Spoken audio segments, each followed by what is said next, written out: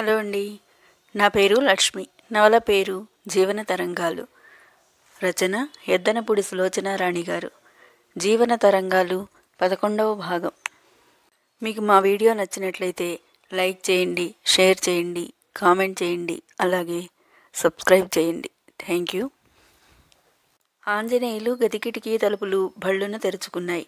అందులోంచి చూసిన అతను ఎదురుగా కనిపించిన రోజాని చూసి ఇకిలించబోయి బామ్మగారిని చూసి చటుక్కున ఆగిపోయి, ఏమిటే బామ్మ అన్నాడు.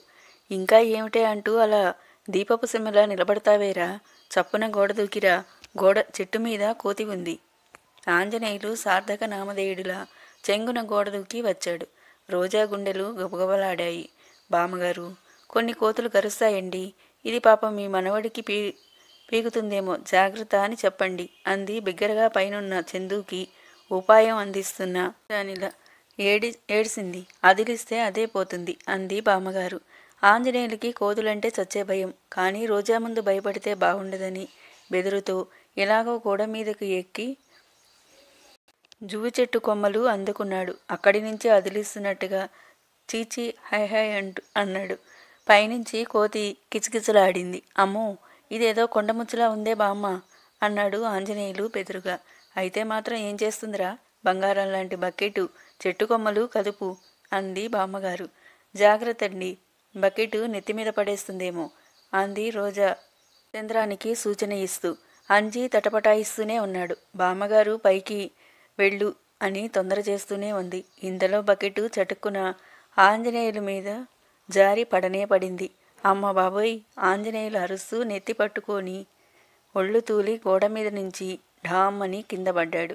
ఓరి నాయనో, బిడ్డ తల పగలగొట్టిందమ్మా పాపిష్టి కోతి అంటూ బామ్మగారు పరిగెత్తుకుంటూ వెళ్ళి నేల మీద మూటలా కూలిన ఆంజిని ఒళ్ళోకి లాక్కుంది. రోజా కూడా కంగారుగా దగ్గరికి వెళ్ళింది. నాయనా, నువ్వు భయపడుతూనే ఉన్నావుగా, నేనే పంపించాను తండ్రి. బాబు, అంజి, బంగారం అంటూ బామ్మగారు ఏడుస్తూ పిలవసాగింది. ఇంతలో దబిల్లుమని గోడవతల ఏదో దూకినట్టు వినిపించింది. రోజా చటుక్కున లేచి గోడ మీద నుంచి తొంగి చూసింది. చంద్రం గోరీల మధ్య అడ్డంపడి పరిగెత్తుతూ వెనక్కి తిరిగి రోజా కనిపించగానే చెయ్యి గాల్లో ఊపి అదృశ్యమైపోయాడు. రోజా గుండెల మీద నుండి పెద్ద బరువు దింపుకున్న దానిలా అమ్మయ్య అన్నట్టు తేలిగ్గా ఊపిరి విడిచింది. అంజికి స్వల్పంగానే గాయాలు తగిలాయి. గోడ మీద నుంచి పట్టు తప్పి పడటంతో కాలు మెలికపడి నొప్పి చేసింది. బామ్మగారి సాయంతో లేచి ఆవిడ చెయ్యి పట్టుకుని కుంటుకుంటూ ఇంటికి వెళ్ళిపోయాడు. రోజా ఇంట్లోకి వచ్చింది. అక్కడ మూత తీసిన అన్నం గిన్నె ఖాళీగా కనిపించింది. దాన్ని చూడగానే గుండెలు జల్లుమన్నాయి. అత్తయ్య వస్తే ఏమని చెప్పాలి? రోజా భయపడ్డట్టుగానే ఆలోచించేందుకు వ్యవధి కూడా లేకుండా వీధి వాకిట్లో సుందరమ్మ గొంతు, ఏమిటి బామ్మగారు, ఏమైంది అంజికి అని అంటూ వినిపించింది. బామ్మ జరిగిన వృత్తాంతం చెబుతుంది. రోజాకి మెరుపులాంటి ఆలోచన వచ్చింది. బావి దగ్గర చల్లదనం కోసం పడుకుని ఉన్న కుంటి కుక్క మెడబట్టి ఇంట్లోకి లాక్కొచ్చి అన్నం గిన్నె ముందు వదిలింది. అది గిన్నెలో తలదూర్చి కుయ్యో కుయ్యో అంటూనే అన్నం తినసాగింది. చిచి, కదులుతావా లేదా? కుంటి కుక్కకి గిన్నె దోస్తూ బయటికి తోలుతున్నట్టు బిగ్గరగా అంది రోజా. ఏమిటే అది అంటూ వంట ఇంట్లోకి వచ్చిన సుందరమ్మ లోపల గిన్నెకి కలబడిన కుక్కని చూడగానే, అయ్యో అయ్యో, అన్నం గిన్నెగా పడ్డదా, కదులు, అలా చూస్తూ నిలబడతావేమే రోజా, నడుం విరగొట్టక అంటూ మూలనున్న చీపురు తీసి దాని నడుం మీద నాలుగేసింది. కుంటి కుక్క అన్నం గిన్నె వదిలి కుయ్యో కుయ్యోమంటూ దొడ్లోకి పరిగెత్తింది. సుందరమ్మ మేనకోడలి మీద మరోసారి గయ్యమని లేచింది. కర్ర తీసుకుని 4 బాదకుండా అలా చోద్యం చూస్తూ నిలబడతావేమే? ఏం చెయ్యనత్తయ్య, కరుస్తుందేమోనని భయమేసింది. సుందరమ్మ కళ్ళింత చేసి చూస్తూ ఆశ్చర్యంగా, కరుస్తుందా? ఎప్పుడూ తోకాడించుకుంటూ నీ వెనక తిరిగేది నిన్ను కరుస్తుందా? కొట్టడం ఇష్టం లేక ఊరుకున్నానని చెప్పరాదు. అయ్యో అయ్యో, సేరు బియ్యం అన్నం అంది వాపోతూ. రోజా అక్కడి నుండి తల్లి గదిలోకి వచ్చింది. సుందరమ్మ కేకలకి అప్పుడే మెలకువ వచ్చిన సావిత్రమ్మ, ఏమిటే అది రోజా అని అడిగింది. ఏం లేదమ్మా, మృదువుగా సమాధానం ఇచ్చింది రోజా. వంటిలో సర్దుకొని కుక్క ముట్టుకున్న గిన్నె శుభ్రంగా కడిగి కుంపటి రాజేసి మళ్ళీ అన్నం వండాలని ప్రయత్నిస్తున్న సుందరమ్మ గిన్నెలో పులుసు తరగడం, కాకరకాయ కూర లేకపోవడం, మజ్జిగలో గరిటె వేసి ఉండటం కనిపించి సోజ్యంగా చూస్తూ అలాగే నిలబడిపోయింది. క్షణంసేపు దట్టమైన ఆవిడ 2 కనుబొమలు దీర్ఘాలోచనలో పడ్డాయి. ఆ వెంటనే అంతర్జాతీయ దొంగల ముఠాని పట్టిన సీక్రెట్ ఏజెంట్ల పెద్ద పెద్ద అంగలు వేసుకుంటూ ఆడపడుచు గదిలోకి వచ్చి ఆవిడకి ఎదురుగా నిలబడి 2 చేతులు నడుము మీద పెట్టుకుని గర్జిస్తున్నట్టుగా, వదినా, ఇదేం బుద్ధి నీకు? ఈ దొంగతిళ్ళు ఎప్పటి నుంచి నేర్చుకున్నావు అంది. అప్పుడే నిద్రలేచిన సావిత్రమ్మకి ఆవిడ అనేదేమిటో అర్థం కాలేదు. అర్థమైన రోజా ఎలా కాదనాలో తెలియక పెదవి విప్పలేదు. సుందరమ్మ రోజా వైపు తిరిగి తీక్షణంగా చూసు, పైగా కుక్క తినిందని అబద్ధం చెబుతావేమే నువ్వు అంది. ఏమో నాకు తెలియదు. నేను చూసేసరికి కుక్క నాకుతోంది. రోజా విసురుగా సమాధానం ఇచ్చింది. వెధవ జీవితం. రాక రాక చందు వస్తే వాడికి గుప్పెడు అన్నం పెట్టే స్వతంత్రం లేని బతుకు. చి, పగవాళ్లకు కూడా వద్దు. మీ తల్లి కూతుళ్ళిద్దరూ నా కళ్ళు కప్పాలని కావాలని కుక్కని ఇంట్లో వదిలారు. నేనేం చచ్చిందాన్ని అనుకున్నారా? ఆ కుంటిగా కుక్క కాకరకాయ వేపుడంతా తినేసిందా? ఒక చుక్క పులుసు కింద పడకుండా సుతారంగా వడ్డించుకుందా? పప్పు వేసుకొని దానిమీద మూత పెట్టిందా? ఏం తెలివితేటలు దానికి! అవ్వా, ఎవరైనా వింటే నవ్విపోతారు. రోజా పట్టలేక అనేసింది. అత్తయ్య, క్షమించు. ఆకలేసి నేనే తినేశాను. నువ్వు తింటే మాత్రం ఎంత తింటావు? అయినా ఏది నీ పొట్ట చూడని అంటూ రోజా దగ్గరికి వెళ్ళి పొట్ట తడివి చూసి, ఎందుకే అబద్ధం నెత్తిన వేసుకుంటావు? నీకు అలాంటి దొంగ బుద్ధులు లేవని, కావలిస్తే నన్ను అడిగి తింటావని నాకు తెలియదా? ఉదయం అన్నం పెడతాను రావమ్మా అంటే రానన్నా మహారాణి మీ అమ్మేగా. అవునే, ఇది ఒక మంచి పద్ధతి. నేను పెట్టే కంటే ఇలా దొంగచాటుగా తినటమే నయం. వెనక వాళ్ళకి ఉందో లేదో చూడకుండా మింగి కూర్చోవచ్చు. పైకి మాత్రం ఉపవాసాలు చేస్తున్నట్టు నటన అని పళ్ళు నూరుతూ తిందురు గాని, అమ్మ రేపటి నుంచి తిందురు గాని అంటూ జాడించుకుంటూ వెళ్ళిపోయింది. జ్వరంతో ఉదయం నుంచి ఒళ్ళు తెలియకుండా పడి ఉన్న సావిత్రమ్మ అనుకోకుండా వచ్చిన ఈ అపవాదికి తట్టుకోలేని దానిలా వెక్కి వెక్కి ఏడవసాగింది. రోజా ఆవిడ దగ్గరగా వచ్చి భుజం మీద చెయ్యి వేస్తూ రహస్యంగా చెప్పింది. అమ్మా, ఏడవకమ్మా, చందు వచ్చాడు. ఆకలేస్తుంది అంటే నేనే పెట్టి పంపించాను. సావిత్రమ్మ అంత ఏడుపులోనూ కొడుకు పేరు వినగానే నాదస్వరం విన్న పాములా తలెత్తి చూసింది. ఆవిడికి రోజా చెబుతున్నదేమిటో వెంటనే అర్థం కాలేదు. రోజా కంఠం తగ్గించి ముక్తసరిగా జరిగిందంతా చెప్పింది. వాడు తప్పించుకున్నాడా? అవునమ్మా. అయ్యో, ఒక్క నిమిషం నన్ను పిలవకపోయావటే, కళ్ళారా చూసుకునేదాన్ని. పోనీలేవే రోజా, ఎక్కడైతేనేం, వాడెక్కడ సుఖంగా అనిపిస్తే అక్కడే ఉండమను. నేను మీ ఇద్దరిలో ఎవరినీ తిట్టను. నాకు తెలుసు, నా బిడ్డలు రత్నాలు. వాటి విలువ సరిగ్గా చూపించే సమర్థత లేని దురదృష్టం నాదే. అందుకే ఆ రత్నాలు మట్టి కొట్టుకున్నాయి. కానీ 20 సంవత్సరాల క్రితమే ఎవరైనా నా చేయి చూసి నా భవిష్యత్తు ఇంత భయంకరంగా ఉంటుందని చెప్పి ఉంటే ఆనాడే నేను గుండె పగిలి చచ్చి ఉండేదాన్ని. కనీసం మీ ఇద్దరి గొంతులు పిసికి ఎందులోనైనా పారేసి ఈ గుక్కెడు ప్రాణం వదిలైనా ఉండేదాన్ని. జరిగిపోయిన దాన్ని గురించి ఇప్పుడు బాధపడితే ఏం ప్రయోజనమమ్మా? మృదువుగా అంది రోజా. మనిషిలో మంచితనాన్ని నమ్మి జీవితం ముక్కలు చేసుకున్న తెలివిహీనురాలిని నేను. బిడ్డల భవిష్యత్తు చేతులారా పాడు చేసుకున్న దౌర్భాగ్యురాలిని. నాలాంటి దురదృష్టం ఈ ప్రపంచంలో ఇంకెవరికీ వద్దు రోజా.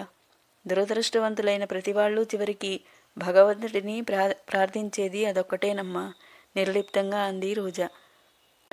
అనంత్ కింద నుంచి గావు కేకలు వినిపించాయి. స్నానానికి వెళ్ళబోతున్న తువాలు చుట్టుకుని తలకు నూనె రాసుకుని కూని రాగాలు తీస్తున్న అనంత్ ఉలిక్కిపడి ఆగిపోయాడు. అనంత్ గబగబా మెట్లెక్కి పైకి వస్తున్న విజయ్ స్వరం పిడుగుపాటులా వినిపించింది. ఏమైంది? విజయ్ ఇప్పుడేగా నీట్గా తయారై నల్లకోటు చేతి మీద వేసుకుని కోర్టుకు వెళుతూ కులాసాగా శాంతంగా, అనంత్, సాయంత్రం మా క్లబ్లో విమలా యాదవ్ పాట పాడటానికి వస్తుంది, వస్తావా నువ్వు అని కొంటెగా అడిగాడు.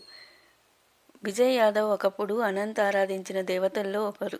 విజయ్ అనంత్ని విజయ యాదవ్తో పరిచయం పెరగనీయకుండా మొదట్లోనే తుంచేశాడు. విజయ్ ఏం చెప్పాడో ఏమో, ఆ అమ్మాయి హఠాత్తుగా తనంటే నిరసనగా తమాషాగా మాట్లాడడం ప్రారంభించింది. తర్వాత చాలా బాధపడ్డాడు. ఆ బాధలోంచి కోలుకోలేనని అనుకున్న ఆ చీకటి దినాల్లోనే రోజా పరిచయం అయింది.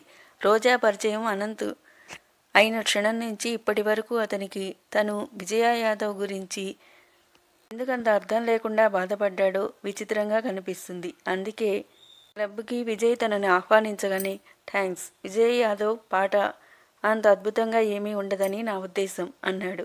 విజయ్ నవ్వి వెళ్ళిపోయాడు. అనంత్ స్నానానికి బాత్రూంలోకి వెళ్ళటానికి సిద్ధం అవుతున్నాడు. ఇంతలో విజయ్ స్వరం గర్జిస్తున్నట్టుగా ఇల్లు అదిరిపోయేలా వినిపించింది. అప్పటికే గబగబా పరుగులాంటి నడకతో పైకి వచ్చిన విజయ్ లోపలికి వచ్చాడు. తనకెదురుగా ఉన్న అద్దంలో వెనుక నుంచి వచ్చి నిలబడిన అతని మూర్తిని చూడగానే అనంత ప్రాణాలు ఎగిరిపోయాయి. విజయ్ ఉగ్ర నరసింహమూర్తిలా ఉన్నాడు. అతని కళ్ళు నిప్పులు కురుస్తున్నంత ఎర్రగా ఉన్నాయి. అనంత్! ఏమిటి? తడబడుతూ అతని వైపు తిరిగాడు. విజయ్ సమాధానంగా తన చేతిలో పట్టుకున్న ఉత్తరాన్ని అనంత్ మీదికి విసిరాడు. తన మీద పడి కింద పడటానికి సిద్ధమైన ఆ ఉత్తరాన్ని అనంత్ భద్రంగా 2 చేతుల్లో పట్టుకొని అందులో కాగితాలు తీసి చూశాడు. అందులో విడివిడిగా 3 కాగితాలున్నాయి. వాటిని చూడగానే అతని ముఖం కోటి కాంతులతో వెలిగిపోయింది. వాటిల్లో రోజా దస్తూరితో తన దస్తూరితో ఉన్నది కాక మూడోది తీసి చూశాడు. అది తనకి మామగారు కావలసిన పుండరీకాక్షయ్య గారు రాసింది. ఉత్తరం చాలా క్లుప్తంగా, సూటిగా, ఖచ్చితంగా తన మనసులో అభిప్రాయం తెలియజేసినట్టుగా ఉంది. విజయ్ కుమార్ గారికి నమస్కారాలు. నాకు ఈ మధ్య వచ్చిన ఈ 2 ఉత్తరాలు ఇందులో మీకు పంపుతున్నాను. ఆ ఉత్తరాలు అందగానే నేను మా బావమరిది కలిసి హైదరాబాదు వచ్చాం. పనుల ఒత్తిడిలో ఉన్న మీరు నాకు ప్రయత్నించినా దొరకలేదు. మీ తమ్ముడికి ఈ 2 ఉత్తరాలు చూపించాను. బుద్ధిమంతుడు కాబట్టి చేసిన పని వెంటనే ఒప్పుకున్నాడు. మీ తమ్ముడు ఈ సరోజ అనే అమ్మాయితో పార్కులు బజార్లు తిరగడం నేను స్వయంగా కళ్ళారా చూశాను. ఇక దీన్ని గురించి తర్క వితర్కాలు అనవసరం. నేను మా అమ్మాయికి మా బంధువుల్లోనే మరో అబ్బాయిని చూశాను. రేపో ఎల్లుండో లగ్నం నిశ్చయించుకుంటున్నాం. చేతులు కాలక ముందే ఆకులు పట్టుకున్న అదృష్టవంతుడిని నేను. ఈ పుణ్యం ఆ సరోజ అన్న అమ్మాయికే దక్కుతుంది. ఇక మన మధ్య ఉత్తర ప్రత్యుత్తరాలు జరగడం అనవసరం. ఇది మీకు నా ఆఖరి ఉత్తరం. మీ సంబంధం మానుకున్నాం. ఇట్లు పుండరీకాక్షయ్య. PS. మీ తమ్ముడు కోరిన ప్రకారం ఆ అమ్మాయితో వివాహం జరిపించడం మీ కర్తవ్యం. వాళ్ళిద్దరి జీవితాలు ఆనందప్రదం అవుతాయి. మీ తమ్ముడితో నేను మాట్లాడినప్పుడు అతను ఎంత వ్యర్థ చెందుతున్నాడో, మీ అధికారానికి గతిలేక ఎలా తలవంచుకున్నాడో స్వయంగా అర్థం చేసుకున్నాను. సెలవు. ఉత్తరం చదవటం ముగించేసరికి అనంత ముఖంలో ఆనందం నాట్యం చేయసాగింది. కానీ అది పైకి ప్రకటించడానికి భయం. కన్నంలో తేలుకుట్టిన దొంగలా తల వంచుకొని ఊరుకున్నాడు. అతను అనుకున్న ప్లాన్ అక్షరాలా నెరవేరి దిగ్విజయం లభించినందుకు అతని గుండె సంతోషంతో ఉబెత్తున లేచాయి. త్వరగా విజయ్ ఇక్కడి నుండి వెళ్ళిపోతే బాగుండు. పెదవులు కొరుకుతూ దించిన కళ్ళతో పక్కచూపులు చూస్తూ నిలబడ్డాడు అనంత్. విజయ్ ఆకలికున్న సింహంలా ఉన్నాడు. అతనికి జరిగిన అవమానం చెప్పరానిది, సహించలేనిది. చేతిలో కోటు మంచం మీద గిరాటు వేస్తూ సరిగ్గా చదివావా అన్నాడు. చదివాను. అనంత్ వైపు సూటిగా చూస్తూ అడిగాడు విజయ్. ఎప్పుడొచ్చారాయన? 4 రోజుల క్రితం. నాకు చెప్పలేదేం? ఆయనే చెప్తాడనుకున్నా. పాపం పుండరీకాక్షయ్య స్వయంగా విజయ్ని కలిసి ఇదంతా ముఖం పట్టుకుని చెడామడా తిట్టాలని చాలా చూశాడు. కానీ అనంత్ ఆయనకి ఆ అవకాశం చిక్కనివ్వలేదు. విజయ్ లేని వేళల్లో ఇంట్లో ఉంటాడని చెప్పి, క్లబ్లో దొరకని సమయంలో దొరుకుతాడని పంపించి, కోర్టులో అతను కేసు లేదని తెలిసి హైకోర్టులో ఉంటాడు వెళ్ళమని చెప్పి, ఆ పుండరీకాక్షయ్యని తిప్పి తిప్పి నానా హైరానా పెట్టాడు. చివరికి ఆయనకి విసిగి వెళ్ళిపోయాడు. అనంత్ స్వయంగా వెంట వెళ్ళి రైలు ఎక్కించి మరీ వచ్చాడు. విజయ్ సూటిగా అడిగాడు. ఎవరి సరోజ? నా స్నేహితురాలు. కొత్త పిట్ట? అనంత్ మాట్లాడకుండా నిలబడ్డాడు. మీ ఇద్దరికీ ఎన్నాళ్ళ నుంచి పరిచయం? క్రాస్ ఎగ్జామినింగ్ మొదలుపెట్టాడు విజయ్. దాదాపు సంవత్సరం నుంచే నమ్మలేనంత వింతగా చూశాడు. అవును. గదిలో నిశ్శబ్దం ఏర్పడింది. విజయ్ సిగరెట్ వెలిగించుకొని అగ్గిపుల్ల తీసుకెళ్లి కిటికీలోంచి బయట పారేసి కిటికీ చెక్కకి ఆనుకుని నిలబడి అనంత్ని పరీక్షగా తదేకంగా చూడసాగాడు. అతని చూపులు తమ్ముడిని శల్యపరీక్ష చేస్తున్నాయి.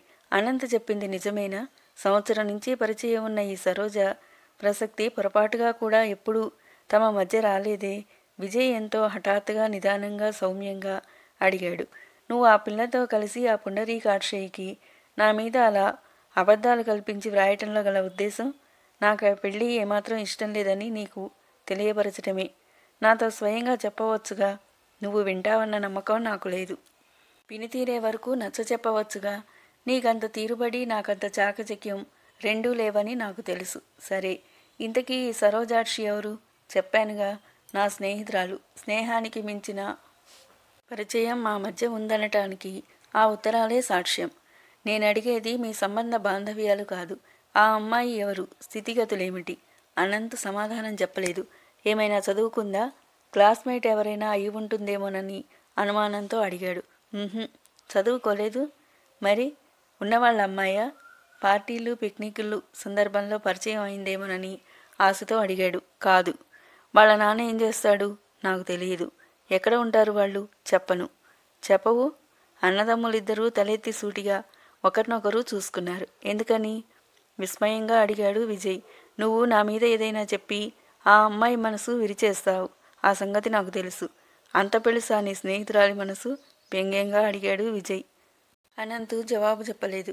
విజయ్ వైపు చూడటానికి ఇష్టపడిన వాడిలా వెనక్కి తిరిగి అద్దంలో చూసుకుంటూ తలకి నూనె మర్దన చేసుకోసాగాడు. విజయ్ చేతి వాచి చూసుకున్నాడు. కోర్టుకి టైం అయిపోతుంది. నువ్వు మర్యాదగా ఇవాళ రేపో ఆ అమ్మాయిని నాకు పరిచయం చెయ్యి. ఆవిడగారి పుట్టుపూర్వోత్తరాలు ఏమిటో తర్వాత నేను స్వయంగా తెలుసుకుంటాను.